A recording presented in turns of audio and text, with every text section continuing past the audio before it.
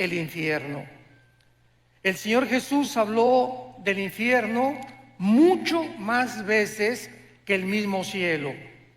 Veamos algunos pasajes, por ejemplo, Mateo capítulo 10, versículo 28. Dice Jesucristo: y no teman a los que matan el cuerpo, mas el alma no pueden matar. Teman más bien a aquel que puede destruir el alma y el cuerpo en el infierno. Mateo capítulo 13, 40 y 42. De manera que como se arranca la cizaña y se quema en el fuego, así será el fin de este siglo. Enviará el Hijo del Hombre a sus ángeles y recogerán de su reino a todos los que se sirven de tropiezo y a los que hacen iniquidad, y los echarán en el horno de fuego. Allí será el lloro y el crujir de dientes. Ningún ser humano podría saber qué es lo que existe después de la muerte más que Dios. Tú puedes consultar a brujos, puedes consultar a gurús, puedes consultar a chamanes, a Walter Mercado, a astrólogos, etcétera, etcétera. No hay una sola persona, ni un solo libro en los millones de volúmenes de literatura que existe en las librerías que te puedan decir qué hay después de la muerte. Todos son hipótesis, especulaciones, ¿verdad? Que ideas de los seres humanos, pero ¿quién puede decirnos realmente a dónde te vas a ir tú y a dónde me voy a ir yo cuando tú mueras?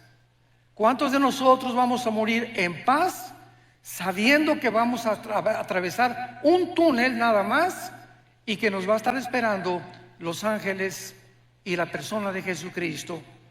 ¿Y cuántos de ustedes en esta noche que nos escuchan, cuando tú mueras, vas a abrir los ojos a la otra vida y te vas a llenar de terror y de arrepentimiento tardío, porque ya no habrá ninguna otra oportunidad en toda la eternidad para tu salvación? Dios nos ha dado una sola vez, 60, 70, 80, 85, algunos de una forma milagrosa llegan a los 100, 102, 3 años, para que podamos atravesar como peregrinos y oír la voz que en esta noche el Espíritu Santo te quiere hablar. Veamos nosotros que esta es una de las realidades más terribles de la existencia humana, y es que el Señor Jesucristo enseñó, como lo acabamos de leer, que hay un lugar, existe un lugar donde las almas de los condenados vivirán atormentados por un fuego que casi nunca se va a apagar. Después hablaremos de la duración del infierno. Vayamos a la primera carta a los Corintios y vamos a comenzar estudiando, en primer lugar, para que entendamos el infierno, cuántas criaturas ha creado Dios y el destino de cada una de las criaturas que Dios ha creado. Esto es muy profundo y muy interesante para la comprensión de nuestra conferencia. Dice 1 Corintios 15, versículo 39. No toda carne es la misma carne. Una carne es la de los hombres, o sea, el cuerpo de nosotros está diseñado con estómago, pulmones, un cerebro, etcétera, etcétera, diseñados no para vivir en la luna ni para vivir en Marte. Dios nos diseñó exclusivamente para este mundo y nos diseñó para que comiéramos los alimentos de la tierra. No Coca-Cola, ¿verdad? No refrescos, nada de Werner Bull, ni Monster, ni todos los productos que venden por todos lados. Nos creó para que comiéramos alimentos verdes, plantas, frutas, vegetales y por lo menos 2 litros de agua diarios. Si tú conoces este funcionamiento de tu cuerpo, Dios te va a conservar, Dios te va a bendecir, pero esta es la forma como Dios nos diseñó para que nosotros pudiéramos sobrevivir. Dice la Biblia, otra carne es la de las bestias. Bueno, los animales, los toros, las vacas, los caballos, las yeguas, en el campo, ¿verdad?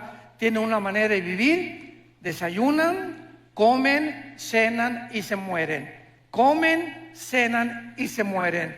Comen, respiran y se mueren.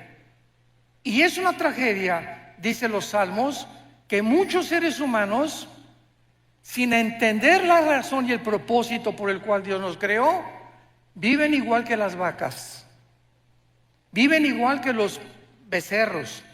Te desayunas en la mañana, comes, ya fuiste a la universidad con el propósito de hacer dinero, con el propósito de ser presidente de Costa Rica, con el propósito de tener un fama, publicidad o recibir aplauso, reconocimiento de la gente.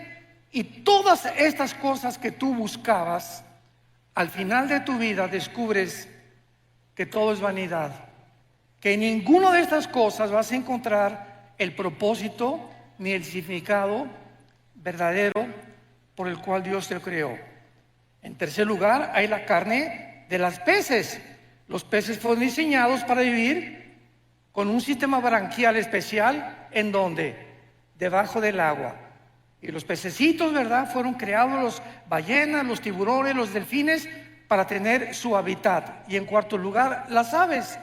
Los cuerpos de las aves fueron diseñados que hasta este momento ningún ser humano puede diseñar ni inventar la forma como vuelan las aves. Hemos tratado de hacerle así con las alas y no hemos fracasado. Entonces tenemos 4 tipos de creación que Dios hizo del sol para abajo. Muy bien, del sol para arriba tenemos un mundo espiritual invisible que no puede ser conocido por el intelecto ni por tus estudios, ni aunque tengas 5 licenciaturas en ciencias políticas o en filosofía y letras, en antropología, en paleontología. No me importa el conocimiento que tú tengas, el ser humano nunca podrá descubrir el mundo espiritual que nos rodea. Y el mundo espiritual tiene también diferentes lugares donde todo lo que Dios creó en el mundo invisible, oculto a nuestros ojos, tienen un destino, como lo vamos a ver. En primer lugar, hay un infierno.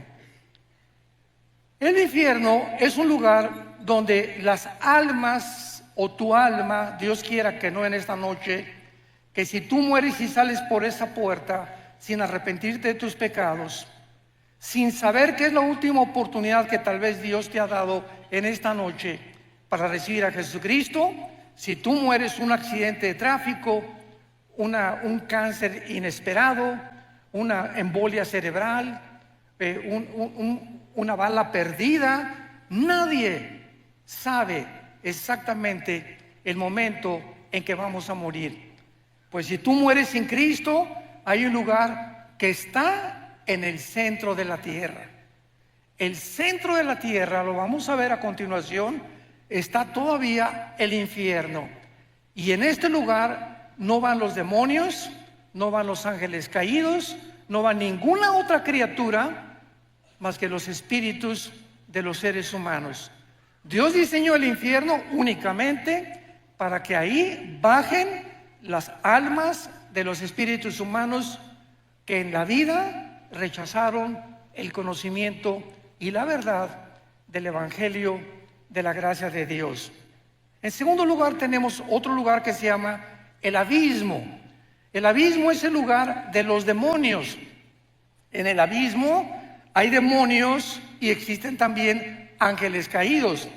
Por ejemplo, dice en Apocalipsis capítulo 9, versículo 11, que el ángel del abismo es el jefe de los demonios, que se llama el destructor, o que se le llama también, ¿verdad?, Apolión, que significa el que destruye.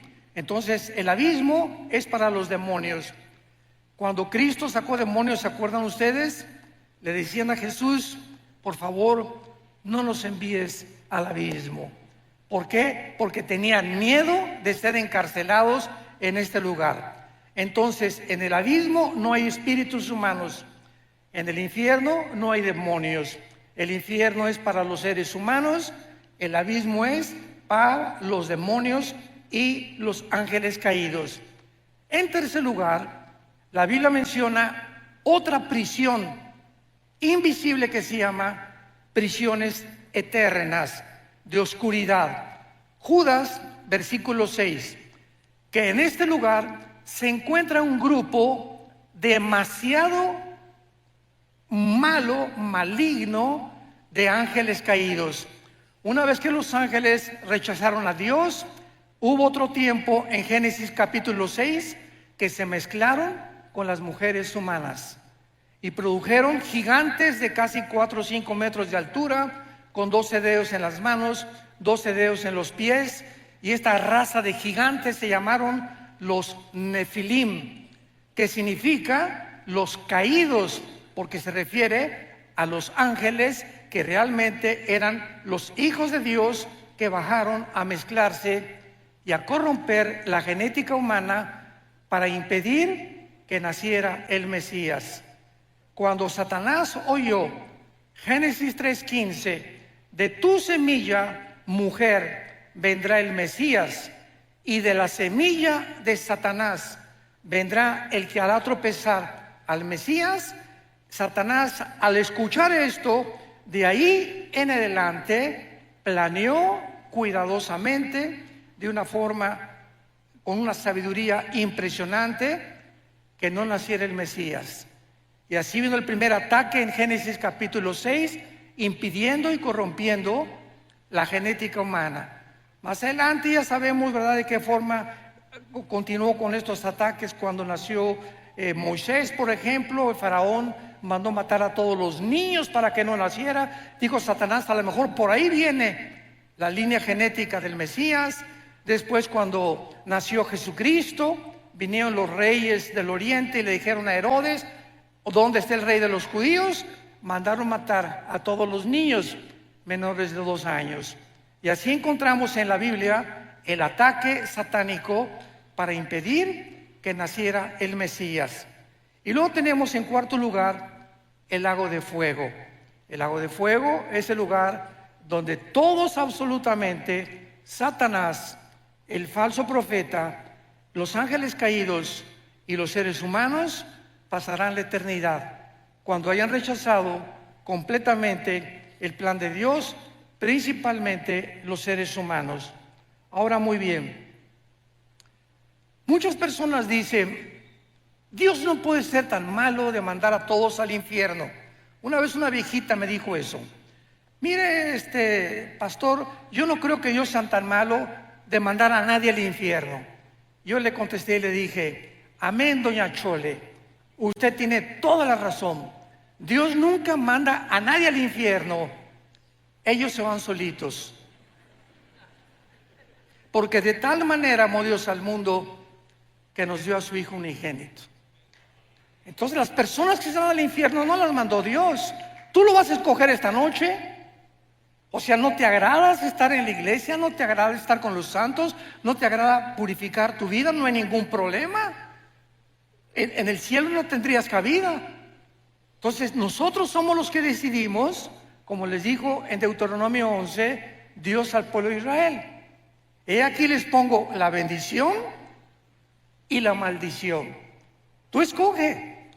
La bendición, si me escuchas, si oyes mis mandamientos, si realmente permaneces en mi palabra, y la maldición y la condenación, si me rechazas.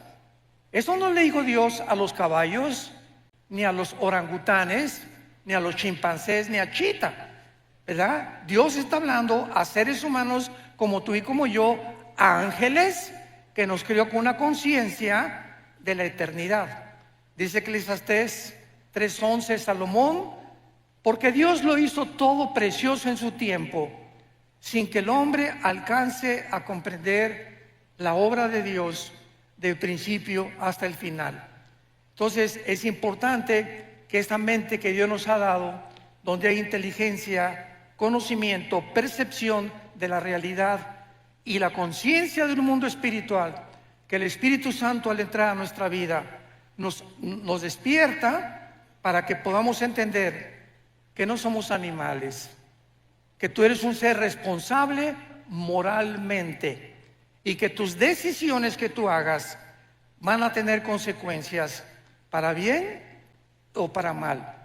Una vez llegó una muchacha a pedirnos consejería a mi esposa y a mí y nos dijo: tengo 16 años y voy a ser mamá. Tengo un bebé en mi vientre, ¿qué me aconsejan ustedes? Porque ya le he pedido perdón a Dios y mi esposa y yo le contestamos: mira, Panchita, claro que Dios te ha perdonado, porque la sangre de Cristo nos limpia de todo pecado. Pero hay una cosa que tienes que saber: tú no puedes evitar las consecuencias del pecado. Entonces la cosecha la vas a tener que recoger. Pero ahora que te has pedido perdón a Dios, Él te va a acompañar y te va a fortalecer para que esa criatura que nazca nunca la vayas a abortar, ni lo pienses en tu corazón. Ten esa criatura, porque Dios te va a ayudar y va a hacer de esa criatura algo que va a honrar su nombre y le va a traer gloria algún día también a su nombre. Entonces, esto es importante que sepamos. Dios nos perdona, pero la cosecha de nuestros pecados la tenemos que recoger. La Biblia nos revela los atributos de Dios. ¿Qué quiero decir con esto? Los atributos de Dios son las cualidades esenciales del ser, de la divinidad, y se dividen en dos: los naturales y los morales. Los naturales son omnipotente, omnisciente, todopoderoso. Hay personas que dicen: bueno, es que Dios es el mismo ayer y por lo siempre. Correcto, en sus atributos naturales, pero no en la forma como Él actúa. Por ejemplo, Dios abrió el Mar Rojo, no lo ha vuelto a abrir jamás en la historia. Dios detuvo el sol en los tiempos de Josué, no lo ha vuelto a hacer tampoco. Entonces hay muchas cosas que Dios se ha limitado a hacer en sus atributos naturales, pero los atributos morales son el amor, la santidad, la justicia y la fidelidad. Dice Romanos 11:22: mirad el amor y la severidad de Dios. Dios no es un Dios, un monstruo que simplemente no puede castigar, porque si Dios permitiera que hubiera anarquía en los seres humanos que Él creó y tú hicieras lo que a ti te da la gana, desde que eres pequeño vas a crecer con un espíritu completamente en rebelión a la autoridad. Desde que nacemos, los niños y la mamá, y poco a poco vamos educando al niño para que el niño no se desboque, para que no haga lo que quiera, para que cuando aparezca pirinola en el suelo y como berrinche, mi juguetito, te levantas y pau, pau, pau de vez en cuando necesitan, porque el niño tiene que crecer con autoridad y con amor también. Entonces, el mismo amor que yo abrazo a mi nieto y lo beso, el mismo amor se lo demuestro cuando sus papás le hacen pau, pau, pau. Entonces, el amor y la disciplina forman el carácter. Un muchacho que crece sin educación, en rebelión a sus padres, en rebelión a la policía, en rebelión a la autoridad, va a acabar en una cárcel, tarde o temprano. Van a acabar o como en cárceles o en grupos terroristas, ¿verdad? O en cárteles de las drogas, simplemente porque en su desarrollo no tuvieron la formación de su carácter. Vivieron siempre haciendo lo que les da la gana. ¿Y sabes algo? No podemos vivir así.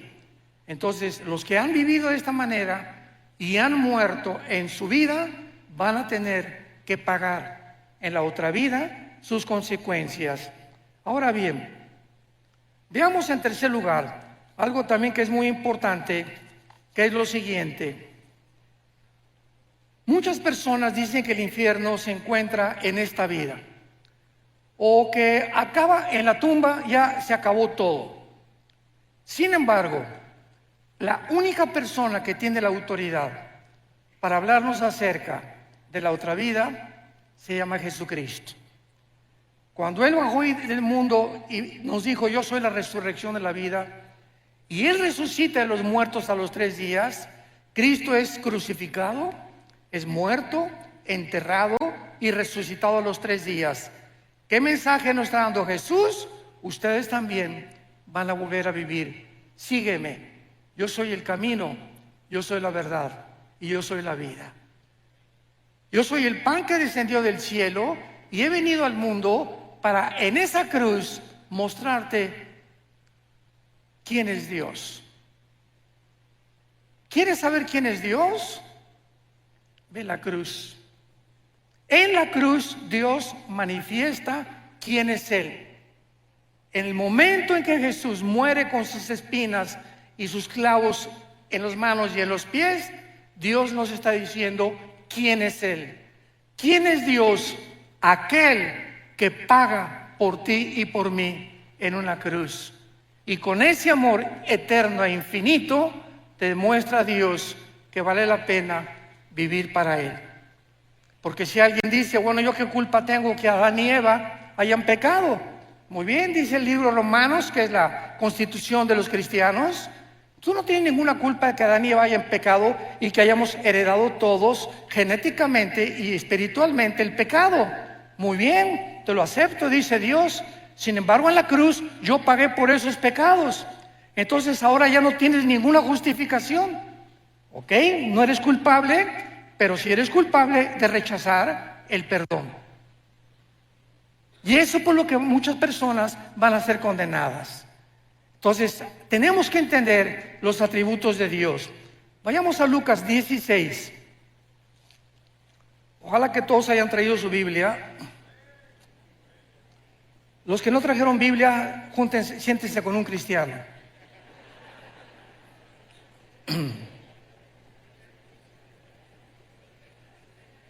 Desgraciadamente, ahora que tenemos la tecnología y que están todos los versículos escritos, pues la gente ya no trae su Biblia. Ya se acostumbraron a no traer la Biblia. Y es la palabra de Dios, este libro. Necesitamos tener el contacto el domingo, tenerlo aquí en mis rodillas. Cuando citan la Biblia, buscarlo, me enseño a manejarla porque es la espada del Espíritu. Y aquí está esto, pues aquí está Malaquías, aquí está Isaías. Y al ratito, después de usarla varias veces, esta espada ya la sé manejar. Ya sé más o menos cómo poder usarla. Y es en donde se encuentran los pasajes más importantes. Pero cuando acostumbras solamente a ver y ver en las pantallas todo lo que está en las pantallas, comienzas a desarrollar una negligencia total por vivir en la palabra de Dios. Y qué importante es que sepamos que debemos ser toda nuestra vida hombres y mujeres de la palabra de Dios. En Lucas 16 es uno de los pasajes, o más bien dicho, el más importante, donde Cristo nos revela la naturaleza del infierno. Este pasaje, en primer lugar, aclaro, no es una parábola. Aquellas personas que digan que es una parábola se equivocan, porque las parábolas usan nombres propios. Y aquí se menciona a Abraham, que fue un personaje en el Antiguo Testamento. Así que esto es una historia real del infierno y del lugar donde antiguamente las almas y los espíritus descendían antes de la cruz. Dice así Lucas 16, versículo 19. Había un hombre rico que se vestía de púrpura y de lino fino y hacía banquete con esplendidez. Veamos la comparación.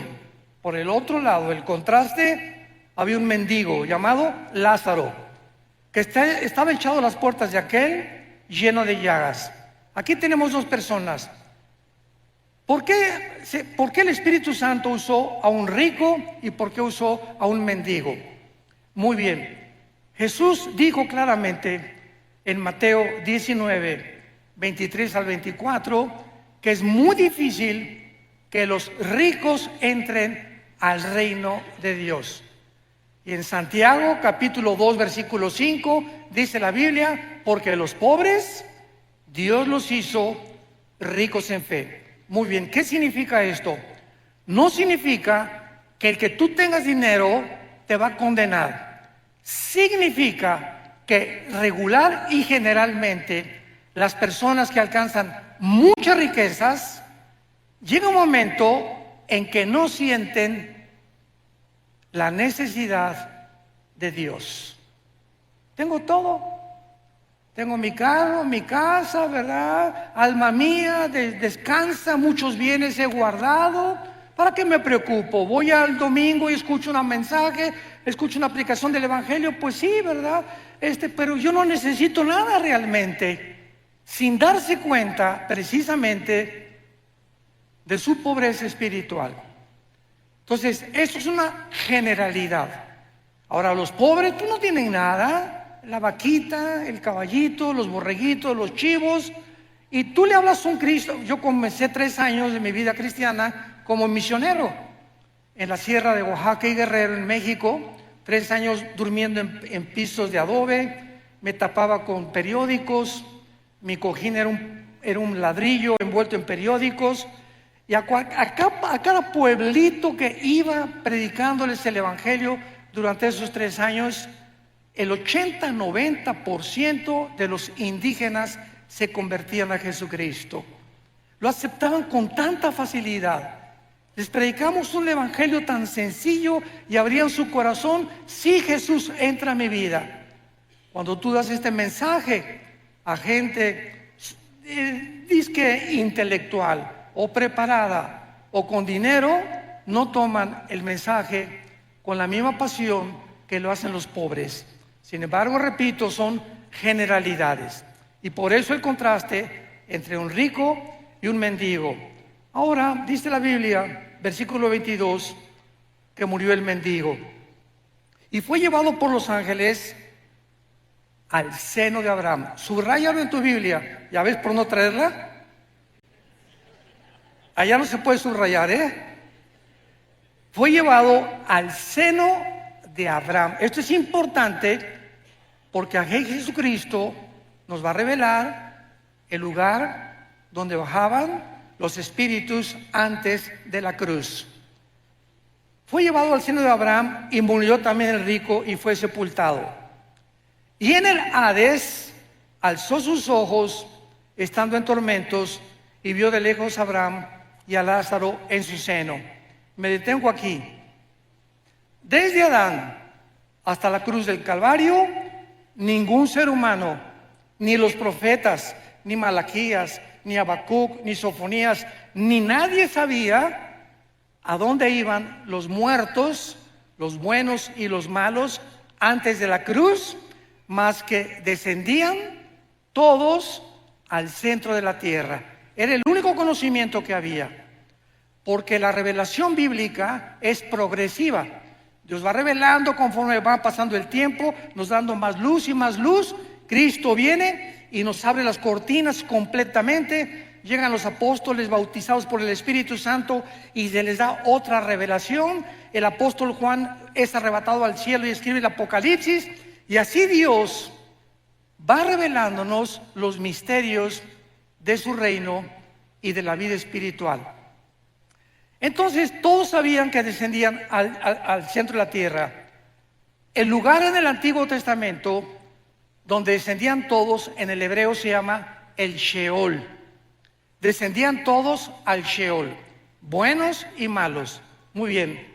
La Biblia en el Antiguo Testamento se traduce al griego y se llama la versión de la Septuaginta. Entonces, en la traducción del hebreo al griego, la palabra Sheol es una transliteración y se usó la palabra Hades con H, Hades. Entonces, viene Jesucristo y nos corre la cortina de lo que había en el centro de la tierra. Y Jesucristo nos enseña claramente, pero me voy a ir en orden. En primer lugar, tendrán vista, versículo 23, en el Hades alzó sus ojos.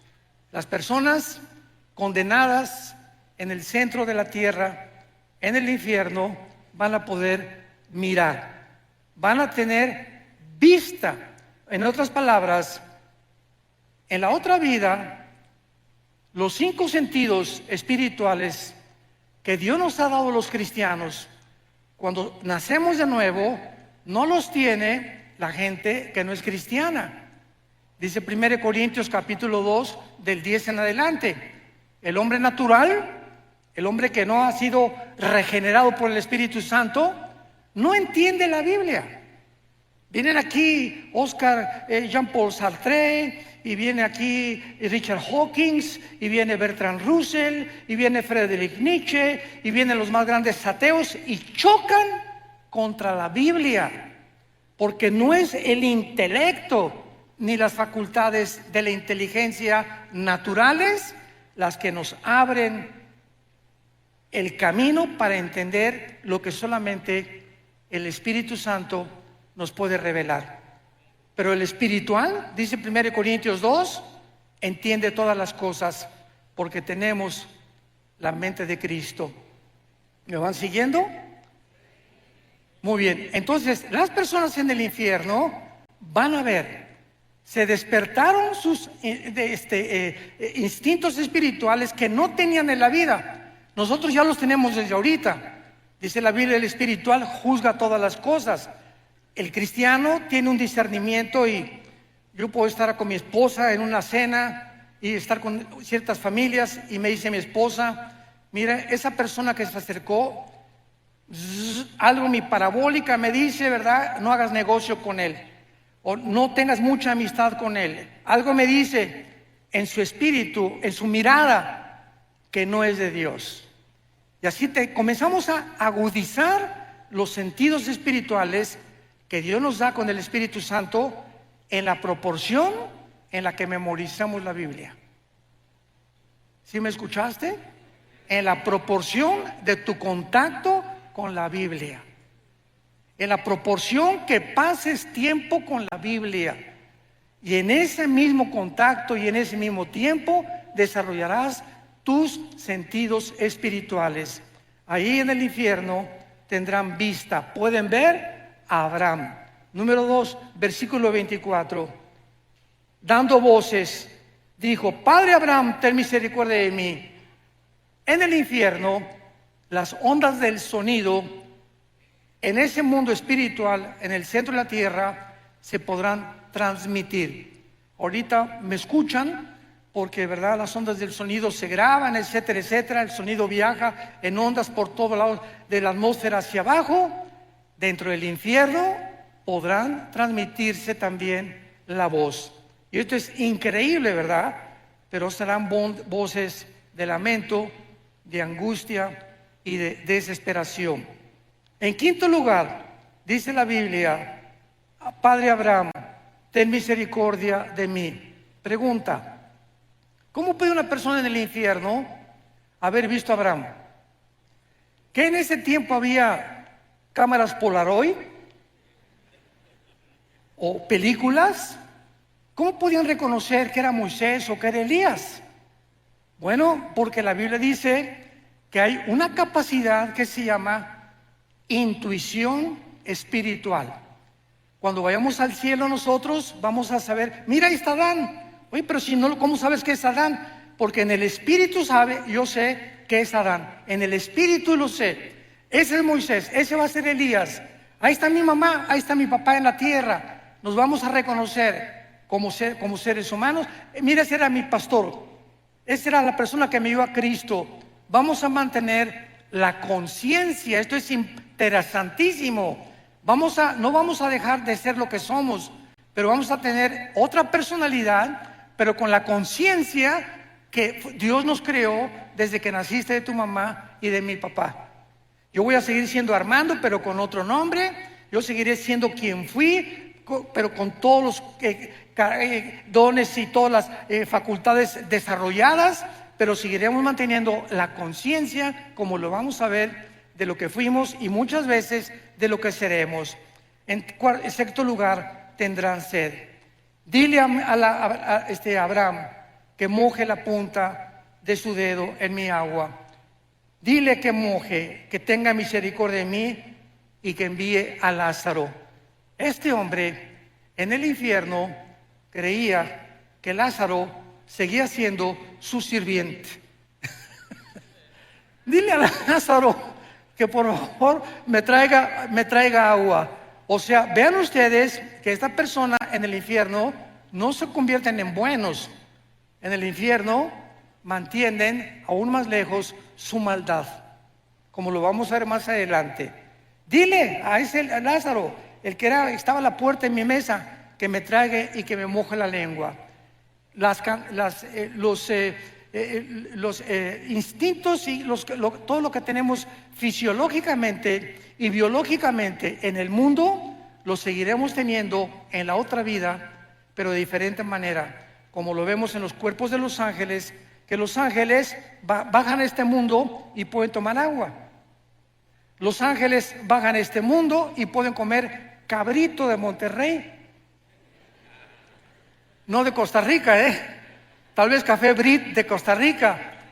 Pero en Génesis 18 bajó Dios el Padre bajó al mundo y caminó y se acercó a Abraham, Dios el Padre, acompañado de dos ángeles.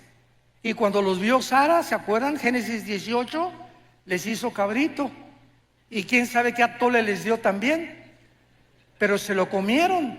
O sea, vean ustedes que las facultades digestivas, Cristo cuando resucitó, tomó peces y tomó miel, ¿correcto?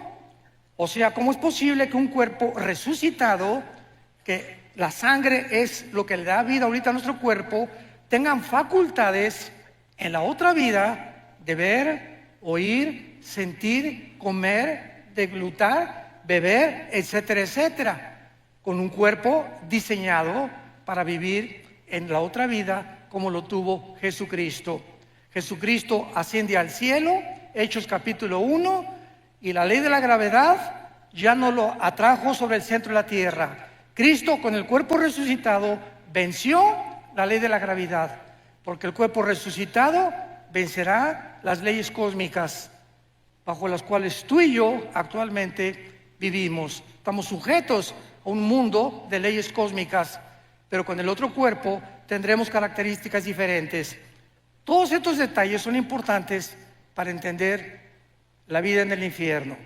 Dice en séptimo lugar, versículo 24, dile a Lázaro que moje la punta y que refresque mi agua, porque estoy atormentado en esta llama.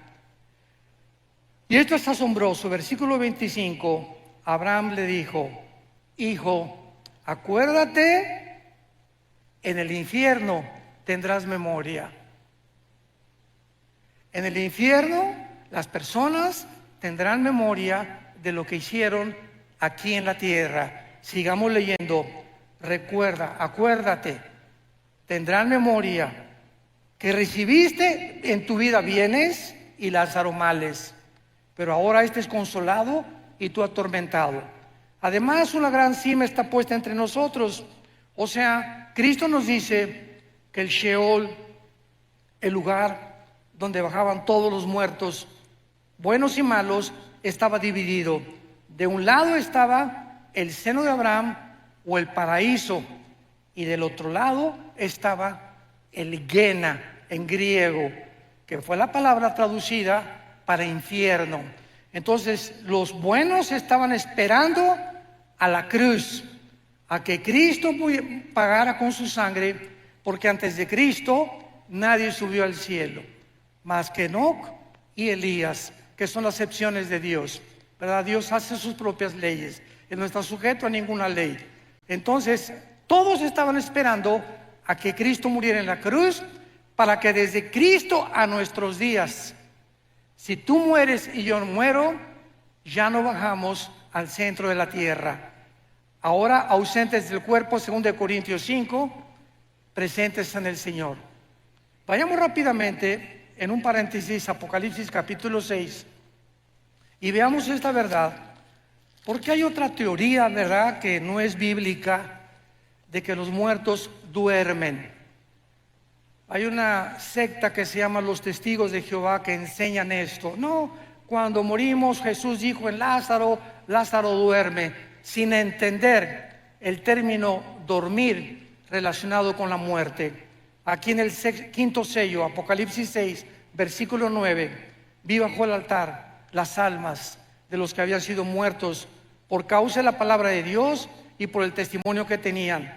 Y clamaban a gran voz diciendo: ¿hasta cuándo, Señor santo y verdadero, no juzgas y venga nuestra sangre de los que moran en la tierra? Aquí tenemos a Juan con una visión del cielo, donde los que han muerto están vivitos y coleando, platicando con Dios, haciéndole preguntas todavía a Dios. Señor, ¿hasta cuándo en el mundo seguirá la violencia, seguirá la muerte, seguirá la maldad? Y se les dijo: espérense tantito, todo esto va a llegar a su fin ya muy pronto, y todos los muertos tienen que morir durante la tribulación para que Jesucristo regrese por segunda vez para establecer su reino mesiánico con todos nosotros aquí mismo en la tierra, precisamente en Jerusalén. Esto es importante porque los muertos, en el momento en que tú mueres, abres tus ojos, y en el Antiguo Testamento dice la Biblia: y murió Abraham, y murió Isaac, o Benoni, y murió fulano de tal, y fueron reunidos con sus padres. Siempre que en el Antiguo Testamento moría alguien, los patriarcas, dice la Biblia, y fueron reunidos con sus padres. O sea, al morir había un lugar donde lo estaban esperando. ¿En dónde? En el centro de la tierra.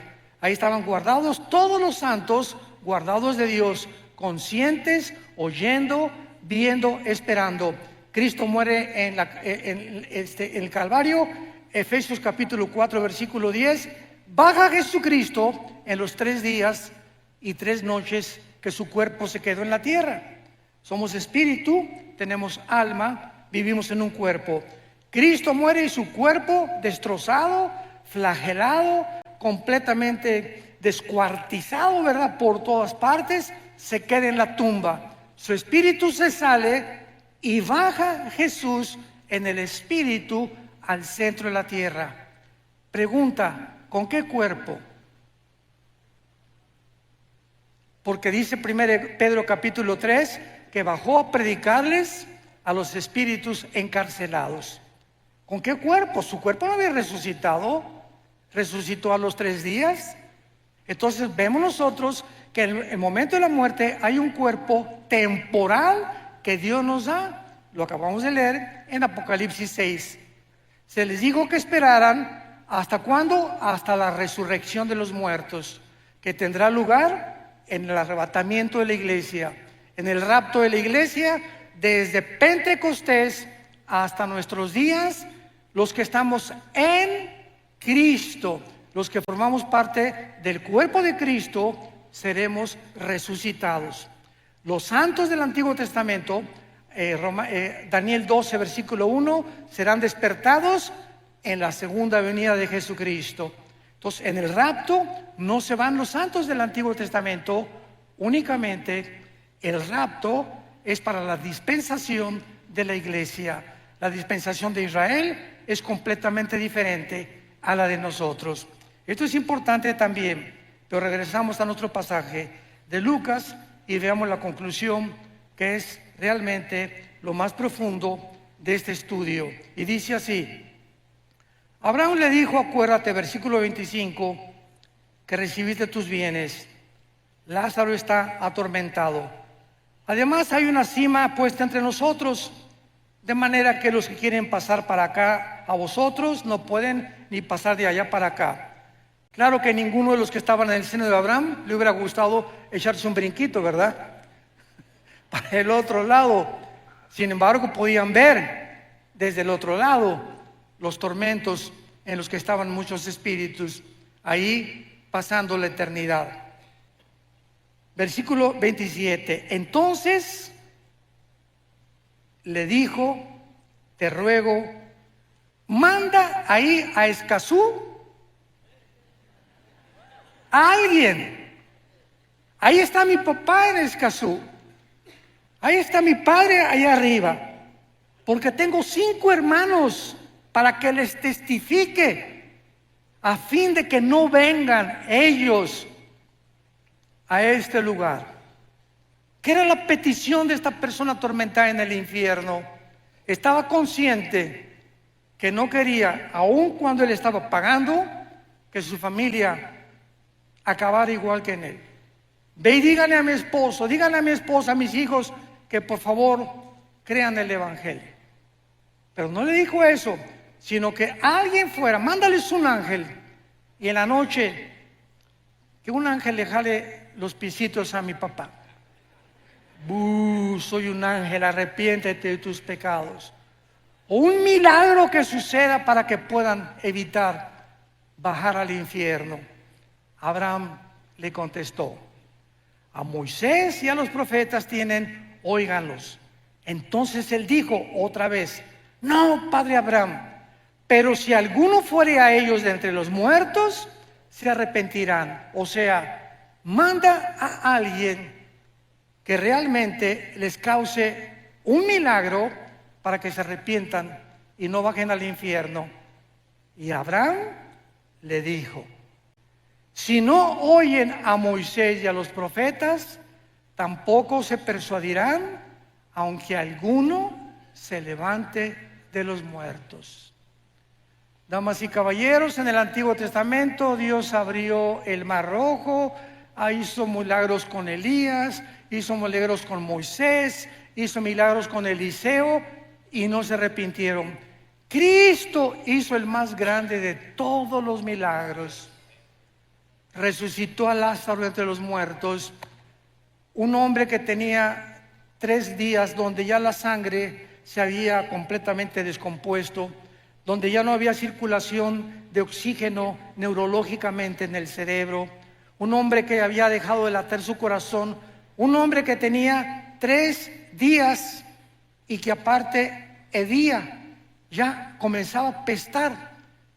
Y Jesús le dice a esa persona acostada en la tumba: su espíritu de Lázaro subió, no oyó al cielo, tal vez anduvo el espíritu por ahí dando las vueltas, y cuando oyó: Lázaro, ven, levántate, es el espíritu el que da vida. El espíritu de Lázaro volvió a entrar al cuerpo de Lázaro, entró al cuerpo de Lázaro, y el Espíritu Santo restauró completamente la circulación de la sangre, de los ojos, de los oídos, y Lázaro salió de la tumba.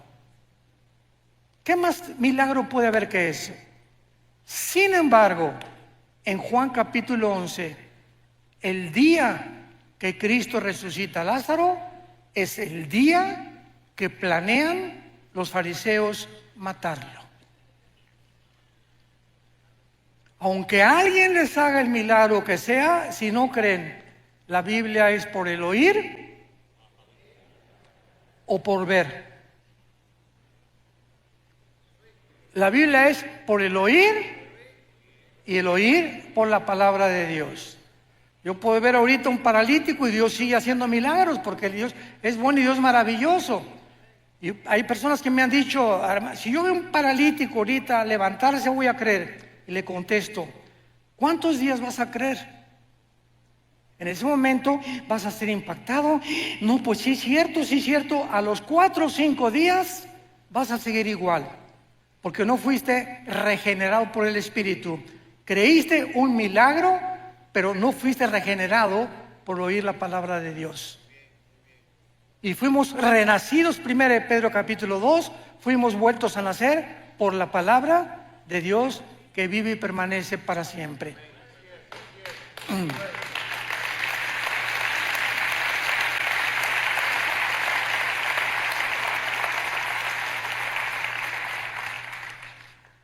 Ningún milagro sobrenatural convencerá a salvar a nadie.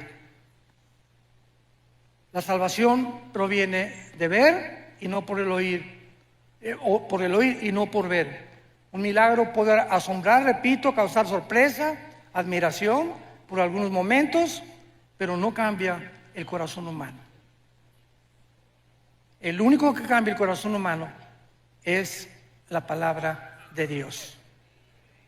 Si alguien pudo haber sido salvado o creído por milagros, fueron los judíos cuando salieron de Egipto, o los fariseos en la resurrección, Sin embargo, ni así creyeron a Dios. Ahora, ¿dónde se encuentra actualmente el infierno? En el mismo lugar. Si tú mueres esta noche, sin la persona de Jesucristo en tu vida, sin haberte arrepentido de tus pecados, ahorita en la noche cierras tus ojos, el doctor dictamina, ya se fue Pancho, ya se fue Carlito, ya se fue fulana de tal, doña Choli ya se murió. Tu espíritu baja inmediatamente al centro de la tierra. Y ahí en el centro de la tierra, hoy, en el mes, estamos en marzo todavía, ¿verdad? En febrero, baja al centro de la tierra, y después que pase los 2000 años o el tiempo de la gracia y venga la tribulación, cuando Jesucristo regrese, van a pasar 1000 años, y al finalizar los 1000 años, los que están en el centro de la tierra van a resucitar. Apocalipsis 20 del 11 al 15, el juicio del gran trono blanco. Van a resucitar todos los que están en el infierno, los libros se van a abrir y Dios te va a decir: Carlitos, ven para acá, doña Panchita, venga para acá, doña Chole, venga para acá. Voy a demostrarle a todos los ángeles y a toda la creación que yo no te quiero enviar al infierno. Tú has decidido y yo no puedo violar tu voluntad, porque el libre albedrío es la característica más grande que Dios nos ha dado. Somos seres morales, responsables de nuestras decisiones. Si Dios forzara a alguien a irse al cielo, como dice otro movimiento también dentro del cristianismo, que Dios a uno los preparó para el cielo y otros para el infierno, y se nos roba la libertad de escoger, es una barbaridad. Porque en el infierno no va a haber un letrero que diga: pues aquí estamos todos los que no fuimos escogidos por Dios, por el amor de Dios. Eso no puede ser. En el infierno están todos aquellos que se les dio una oportunidad en esta vida y no la aprovecharon. Y esta oportunidad Dios te la da en esta noche a tu corazón. Nunca había habido tanta confusión religiosa, tantos sistemas de gobierno, tantas personas trayendo nuevos sistemas, regresando a los antiguos sistemas que fracasaron durante tantos años y que tantas muertes causaron, para volver a seguir implantando, y tantos dictadores que creen y tienen el derecho de cerrar a su gente, de poner cárceles en las naciones y de impedir la libertad, que es la característica más grande que el ser humano nos ha dado. Y ante este panorama y este escenario, lo más triste es que cuántas naciones se encuentran cerrando la boca, no diciendo, no criticando, no hablando, y pueblos que están sumergidos actualmente en la opresión, en la pobreza, y sufriendo precisamente porque el mundo está callado y no quiere levantar la voz en contra de estas personas. Así pues, cuando observamos este universo, nos damos cuenta que hay un orden inteligente. Siempre a la pregunta, ¿cómo surgió todo?, los científicos también teorizan y también especulan y también tienen hipótesis. Entonces, los científicos no pueden darnos a nosotros una explicación del origen del universo. No nos pueden dar la explicación de quiénes somos, ni tampoco los científicos nos pueden dar la explicación hacia dónde se dirige la humanidad. Entonces, la ciencia no estamos en contra, todo lo contrario. Los más grandes científicos de la historia, Blaise Pascal, todos los grandes, como el fundador del cohete que citaron, que llegó a la luna, Wernher von Braun, director de la NASA durante más de 20 años en Estados Unidos, Isaac Newton, que leía la Biblia y que murió con la Biblia en la mano. Todos estos grandes hombres eran creyentes de este libro y sabían que sin el Dios de la Biblia, el mundo no tendría respuestas de dónde venimos, quiénes somos y a dónde nos dirigimos, más que puros sistemas de filosofía y puras teorías donde cada vez se confunden más. Sin embargo, es el profeta Isaías, y les invito en este momento a todos los que portan una Biblia con ustedes, que la abran en el capítulo 40, porque va a ser el capítulo 40 del profeta Isaías, donde basaremos la siguiente conferencia. Es este profeta quien nos describe más profunda y extensamente el poder y la grandeza del Dios de la Biblia. Veamos en primer lugar, en el versículo 12, lo que se escribió, escuchen muy bien, hace 2700 años. Este libro fue escrito hace 2700 años. Y los pergaminos originales del libro de Isaías, señores arqueólogos que nos visitan, sociólogos y geólogos y antropólogos, los originales de este libro fueron encontrados en 1948 en los rollos de Qumran en el Mar Muerto. Y se encuentran en el Museo de Jerusalén. Y tú puedes ir al Museo del Holocausto en Jerusalén y tiene todos los pergaminos examinados por la NASA con el carbono 14 y todo lo que encontraron unos peregrinos en unas cuevas cerca del Mar Muerto, el rollo exacto del libro de Isaías, tal y como lo tenemos en nuestras Biblias, con otros libros de la Biblia y del Antiguo Testamento también que se encontraron en los rollos del Mar Muerto, demostrando de esta manera la arqueología que la Biblia es fidedigna y digna de poder confiar en ella. No estamos hablando de historias, ni de leyendas, ni de a lo mejor puede que esto, no hay absolutamente ningún lenguaje especulativo, ni hipotético, ni filosófico en el que podamos nosotros confiar nuestra vida, nuestros hijos, nuestra familia, nuestra patria, más que regresando a los principios morales absolutos que la Biblia nos delinea desde hace miles de años. En el versículo 12 del capítulo 40 dice el profeta estas palabras: ¿quién midió las aguas con el hueco de su mano y en los cielos con su palmo?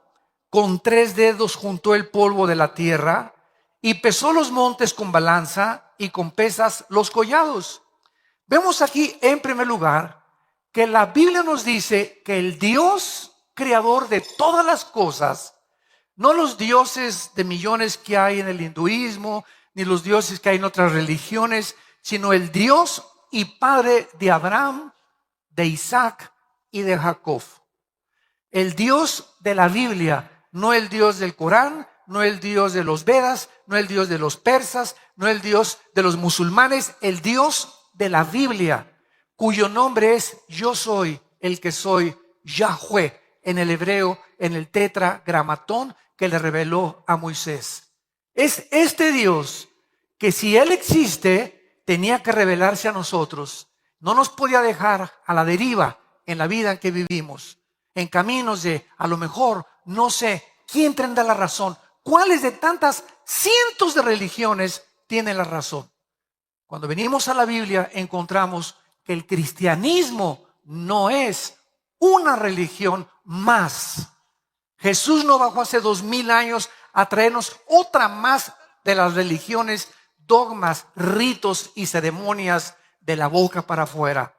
Nos vino a traer el conocimiento y la revelación de quién es Dios.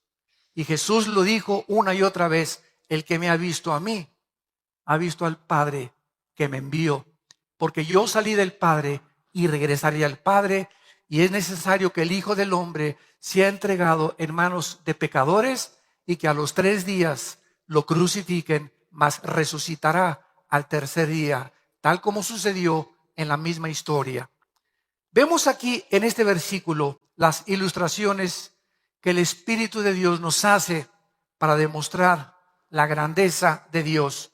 Número 1, veamos nosotros que los océanos tienen una medida y tienen una profundidad, y los océanos, como los cielos, el sol, las estrellas y la luna, fueron calculados matemáticamente, fueron como pesados en una balanza, como si un arquitecto inmensurable, ¿verdad?, y con poder ilimitado haya hecho todo esto en un universo perfectamente bien afinado, que gracias a las leyes de la gravitación, gracias a las leyes del electromagnetismo, gracias a las leyes nucleares, existe la ciencia. Sin estas leyes del universo, para que sea ley tiene que ser constante, no existirían los científicos. Entonces los científicos observan las leyes del universo y de ahí sacan sus deducciones para establecer teoremas o teorías o algunas cosas que se comprueban científicamente. Vemos, por ejemplo, en el libro de Jeremías, el profeta Jeremías en el capítulo 10, lo que dijo acerca del universo. Esto fue escrito hace 2750 años.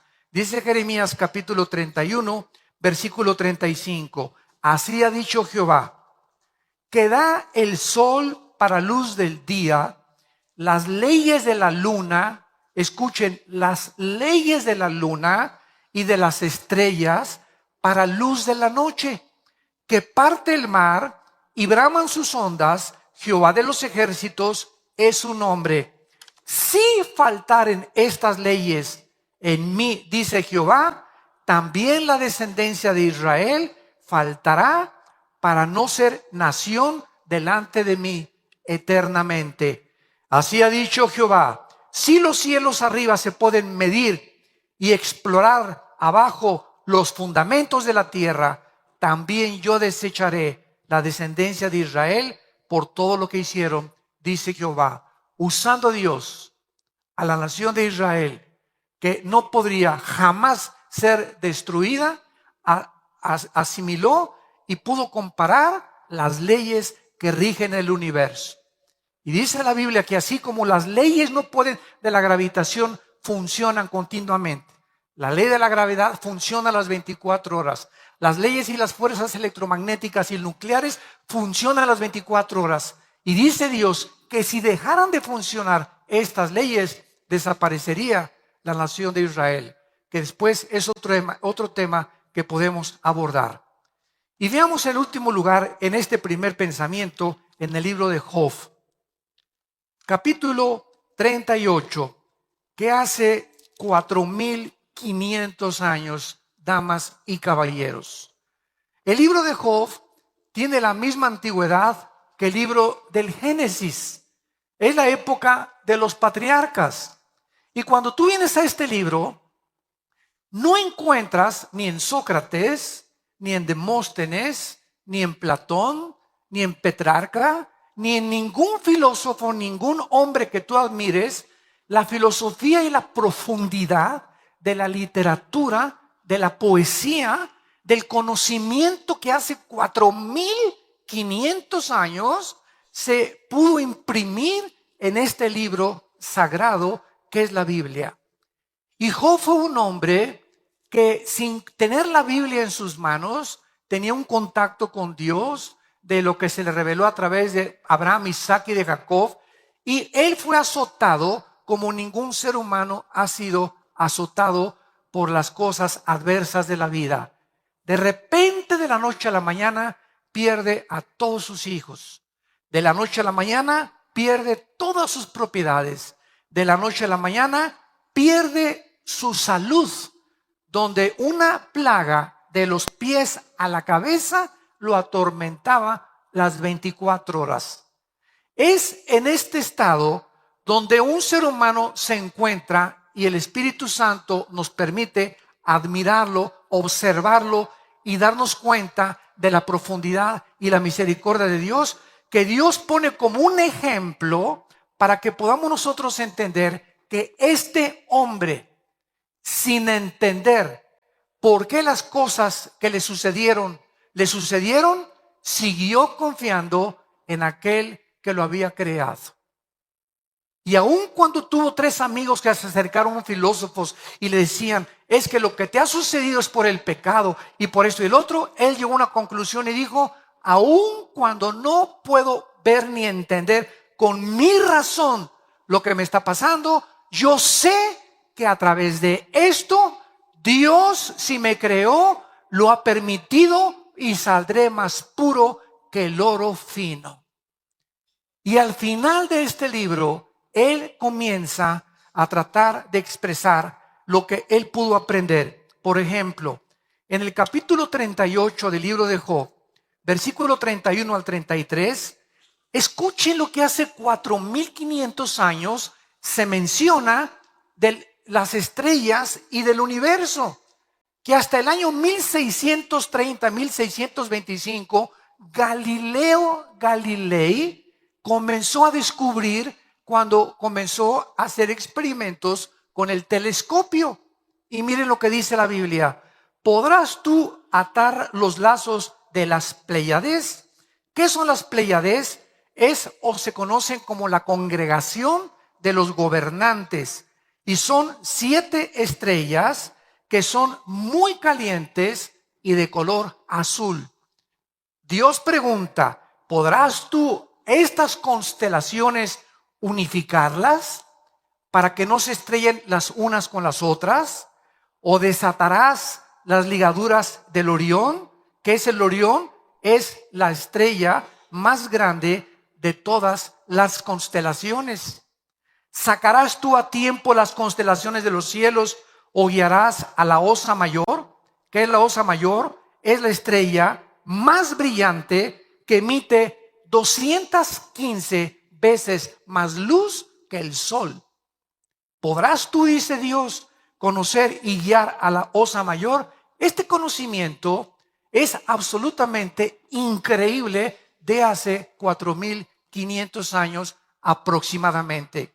Pero veamos a continuación también que no solamente Job se queda ahí, sino que Job comienza a hablar más claramente más adelante en el versículo 40, y dice así: respondió Jehová a Job y le dijo, capítulo 40, versículo 2, ¿es sabiduría contender con el Omnipotente? En otras palabras, sigamos esta línea de lógica elemental, estudiantes que nos escuchan en este momento y amable público que ha asistido aquí y que nos oyen a través de los medios sociales. Vamos a seguir una línea de lógica elemental. Suponiendo que existe Dios, tiene que ser inmensamente, pero infinitamente más inteligente que nosotros, ¿sí o no? Claro que sí. Tiene que ser superior en cuanto a todo lo que podamos nosotros comprender con la mente de caracol que tenemos los seres humanos. Muy bien, si este Dios existe y sus pensamientos no son nuestros pensamientos, Él no podría pensar como pensamos nosotros, así como un niño no puede pensar como piensa un adulto, ni yo pensar como piensa un niño de 5 años. Tenemos el mismo cerebro, pero diferente desarrollo y comprensión de la vida. Entonces, si este Dios existe y sus pensamientos son más altos que los nuestros, y la forma de actuar de Dios es infinitamente más grande que la de nosotros, es lógico que nunca la mente humana podría, a través de la investigación científica o intelectual o los doctorados que llegues a obtener, jamás podrías ni tú ni yo conocer a Dios. Superaría completamente nuestro intelecto. Entonces Dios, de acuerdo a la Biblia, tuvo Él que bajar y pisar este mundo. Y no bajó como un rey, no bajó como un potentado, bajó como un humilde siervo hecho igual a ti y a mí. Y estando en la condición de hombre, dice Filipenses capítulo 2, ese hijo que Dios manda al mundo hace 2000 años, se hace el siervo de nosotros, se inclina ante nosotros y nos lava los pies. Y permite, con el poder que hizo el universo, que le claven las manos, pudiendo él desclavarse y pudiendo él haber impedido que asesinaran y que torturaran a su hijo, y lo deja clavado en esa cruz simplemente para que supiéramos que nos ama. Ese Dios del universo nos ama y quiere tener hoy una relación contigo. Quiere entrar a tu vida. Quiere demostrarte evidencias. Si buscas evidencias, aquí están. No busques más, aquí están. Como dijo Jesús, el que busca encuentra, al que toque se le abre.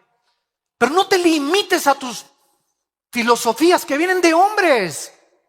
Cítame el más grande filósofo que tú admires, el hombre que más hayas exaltado. Y dime el que quieras y compáralo con Jesucristo. Compáralo con Jesucristo. No hay comparación alguna desde que se fundó el mundo con ningún ser humano, por más grande que haya llegado o la altura más grande que haya alcanzado, que se pueda comparar con el Hijo de Dios. Y finalmente, al acabar todo el sufrimiento que atravesó Job, en el capítulo 42, Job cae hincado y da estas palabras acerca de ese Dios que él no entendía, pero que a pesar de todo siguió confiando en él. Yo conozco, dice Job 42, versículo 2, que todo lo puedes y que no hay pensamiento que se esconda de ti. ¿Quién es el que oscurece el consejo sin entendimiento? Por tanto, yo hablaba lo que no entendía, cosas demasiado maravillosas para mí que yo no comprendía. Y dice Job finalmente, oye, diciéndole a Dios, te ruego y hablaré, te preguntaré y tú me enseñarás. Esta es una de las municiones y una de las armas más grandes que tengo contra el ateísmo. Señor ateo, usted puede ser un ateo honesto o puede ser un ateo deshonesto, amargado contra una persona o contra un ser o contra un ente que ni siquiera existe. Pero si usted es un ateo honesto, usted tiene que comprender que si usted me dice que usted no cree en un Dios, que por qué permitió el mal y por qué permitió el diablo, preguntas que no conoces la respuesta y eso te ha impedido concluir que existe un Dios, eres un deshonesto. ¿Por qué? Porque esas preguntas van mucho más de nuestra capacidad. Entonces, si tú tratas de competir y tratar de pedirle cuentas a ese ente, a ese ser, a esa fuerza, como tú le quieras llamar, y ponerte al brinco contra él y exigirle que él, ¿por qué hizo esas cosas? Eso es lo que se llama en la Biblia la soberbia intelectual. La soberbia intelectual. El hombre queriendo alcanzar los pensamientos de Dios.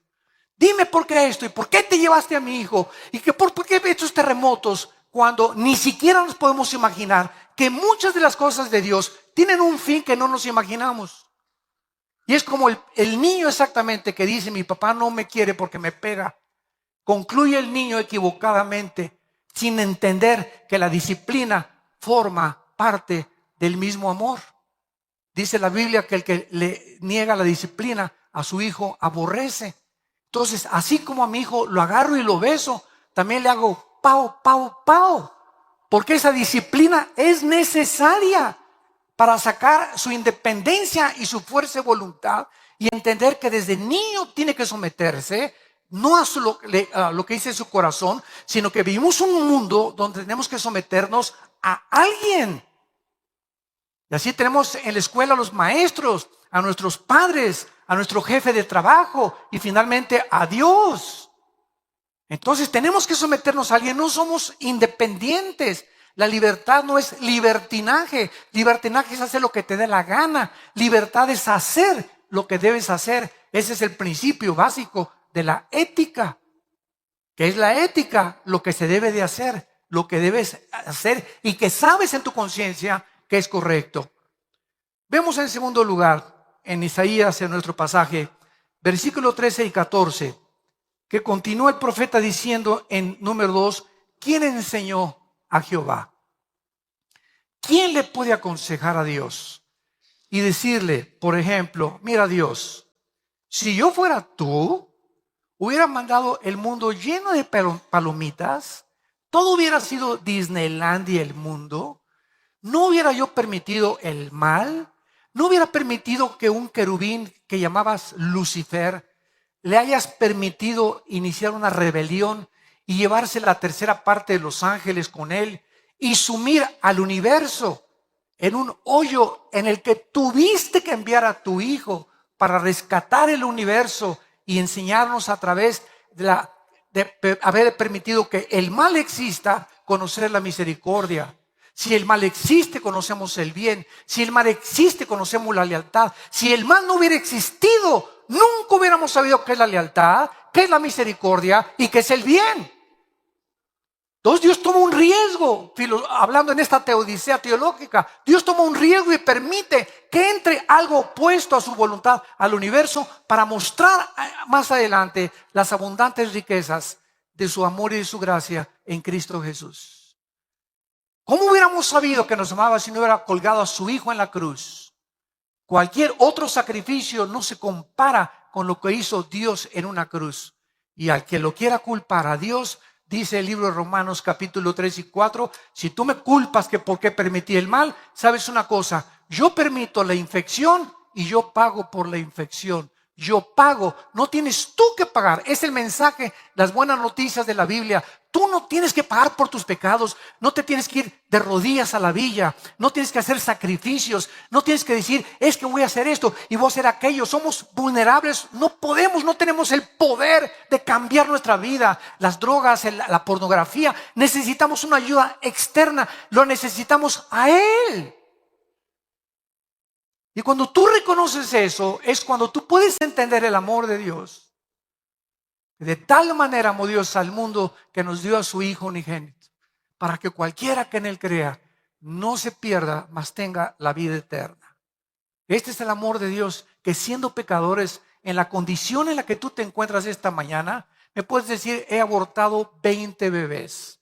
Me puedes decir, soy un asesino y he matado a 70 personas. Me puedes decir, me dicen la bruja de Tlanepantla. Me puedes decir lo que quieras de tu vida. He abandonado a mis hijos, he violado a mis hijos. Dime lo más asqueroso y lo más bajo, lo más ruin y lo más malévolo en tu vida que hayas hecho. Escucha este mensaje: en la sangre de Cristo hay perdón. ¿Qué mensaje más glorioso? Esto es gracia. Es la canción que acabamos de ver. Gracia, sublime gracia, que siendo un ruin pecador me salvaste por tu amor y tu misericordia. Y es esta gracia que nos sigue sosteniendo y nos sigue alentando y animando para hablar al mundo: vuélvanse a Dios. El mundo se está hundiendo, el barco se está hundiendo, damas y caballeros. El mundo va cada vez más y más y más hacia los arrecifes. Sálvese que pueda. Es el mensaje que estás oyendo en esta mañana. Vemos en tercer lugar que dice la Biblia en el versículo 15, comparando a Dios con los gobiernos, los zares, los emperadores, los dictadores, los jueces y los gobernantes humanos, que se creen dioses. Dice así el versículo 15: he aquí que las naciones les son como la gota de agua que cae de la cubeta.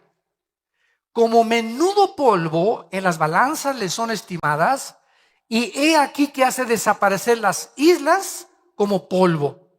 Dice el versículo 23, Dios convierte en nada así de la noche a la mañana a los poderosos, y a los que gobiernan la tierra los hace como cosa vana. Como si nunca hubieran sido plantados, como si nunca hubieran sido sembrados, como si nunca su tronco hubiera tenido raíz en la tierra, tan pronto como soplen ellos, se secan y el torbellino los lleva como hojarasca. Veamos la historia, cómo acabó Saddam Hussein. En un hoyo de 1,5 metros bajo tierra, lleno de piojos. ¿Cómo acabó Muammar Gaddafi, el dictador de Libia? Metido en una coladera y después lo violaron, lo patearon y lo acabaron de matar. ¿Cómo murió Benito Mussolini colgado en la plaza de Florencia? ¿Cómo murió Adolfo Hitler pegándose un balazo? Y podría con José Stalin, podría seguir con todos estos grandes hombres que el mundo conoce como los grandes dictadores del pasado, que fracasaron, se convirtieron en dioses. ¿Cómo murió Nerón? ¿Cómo murió Calígula? Los emperadores romanos. ¿Cómo han muerto todos los seres humanos? Analiza la historia y lee que estos héroes eran héroes de papel. Hombres que desafiaron a Dios, que quisieron ser dioses. y acabaron como los animales, pisoteados por su propio pueblo. Así acaban todos. ¿Por qué? Porque son las leyes de Dios. Y dice la Biblia que precisamente a través de la historia, todos estos hombres son hombres que han creído tener las respuestas a los problemas humanos sin tener en cuenta al Dios de la Biblia. No quieren traer el cielo a la tierra. Recuerdo cuando yo estudié el socialismo, yo estuve en el Partido Comunista y era joven y era idealista y me fascinaba Engels y Marx. Leí el Manifiesto Comunista, el libro del Capital de Marx. Comprendí, ¿verdad?, que Marx tenía una razón. Fíjense lo que dijo Marx, de lo cual Engels lo apoyó. Marx llegó a concluir que el enemigo más grande del socialismo, el socialismo es otra versión del comunismo, es la misma gata pero revolcada, como decimos en México. El más grande enemigo del socialismo es la familia y la iglesia. ¿Por qué? Porque la familia y la iglesia se nos enseña a través de los principios éticos judeocristianos de la Biblia que la familia es a donde yo debo de tener mi más grande lealtad.